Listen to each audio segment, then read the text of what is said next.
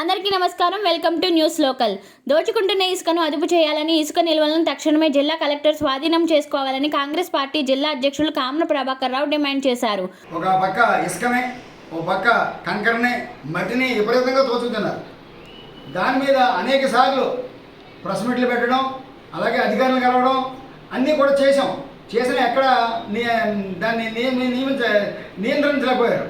కానీ ఇప్పుడు ప్రభుత్వం మారిన తర్వాత మళ్ళీ బీజేపీ, టీడీపీ, జనసేన 3 పార్టీల నాయకులు ఈవేళ జోగేశ్వరరావు మనుషులు అవ్వచ్చు, లేకపోతే లీలాకృష్ణ మనుషులు అవ్వచ్చు, లేకపోతే బీజేపీ వాళ్ళు ఎవరైనా చేస్తుంటే వాళ్ళ మనుషులు అవ్వచ్చు, వీళ్ళందరూ కూడా మళ్ళీ ఏదైతే పాత పాట మొదలెట్టారో మళ్ళీ కొత్త పాట కూడా వీళ్ళు కూడా తోచుకుని చేస్తున్నారు అనేది వినికిడి ఓ పక్కన జరుగుతుంది.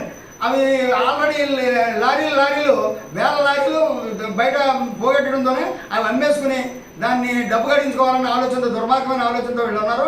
వీటిని ఖచ్చితంగా ఇమ్మీడియట్గా వాటిని సీజ్ చేయమని చెప్పి జిల్లా కలెక్టర్ గారిని నేను విజ్ఞప్తి చేస్తున్నాను. అలాగే స్థానిక అధికారులు కూడా తక్షణం దీని మీద యాక్షన్ తీసుకుని దాన్ని సీజ్ చేయాలి.